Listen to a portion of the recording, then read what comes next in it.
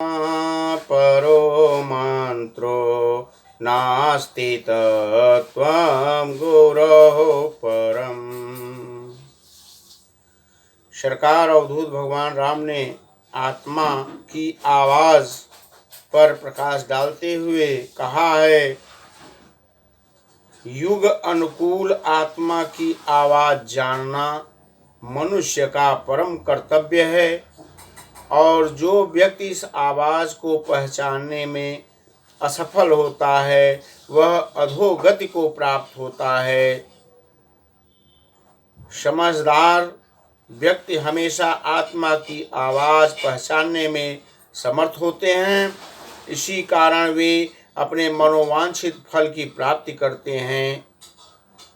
मनुष्य रूप में ही धरती पर शैतान भी निवास करते हैं, और यही कारण है कि मनुष्य आकृति में भी ठीक ठीक पहचान न होने के कारण धोखा होने की संभावना पग पग पर रहती है।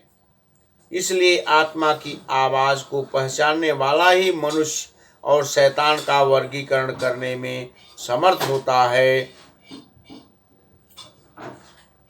जीवन में शक्ति की प्रधानता के गौरव को समझें।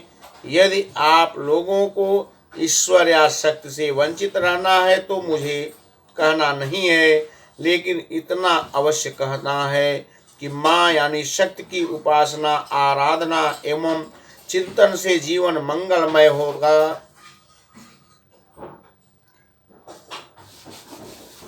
अनादिकाल से कहा जाता है, त्वमेव माता च पिता त्वमेव बंधुश्च सखा त्वमेव वेद्या द्रविणं त्वमेव सर्वं मम देव देव।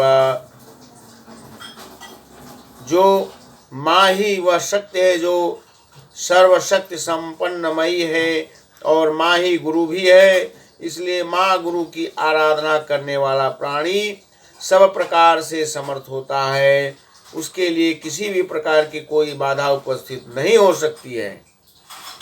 माँ के स्वरूप पर विचार करें तो वही सृजन, पालन एवं संहार करने वाली है। प्रत्येक जीव का जन्म माँ से होता है। माँ स्वतः अपने अनेकों कष्ट उठाती है, किंतु पुत्र के प्रति पुत्रवत भाव ही रखती है। वह इतनी दयालु है, स्मरण मात्र से ही अपना वरद हस्त पुत्र पर रखती है। माँ की गोद में प्रत्येक क्षण रहते हैं, और चाहे कितना भी निंदनीय कार्य क्यों न करें, किंतु माँ क्षमा करने के लिए कटिबद्ध रहती है।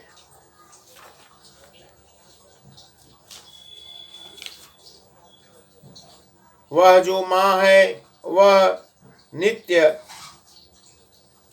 बकरियां चराने यहाँ आती है, लकड़ियां भी तोड़ती है तथा विंध्य क्षेत्र में निवास करती है।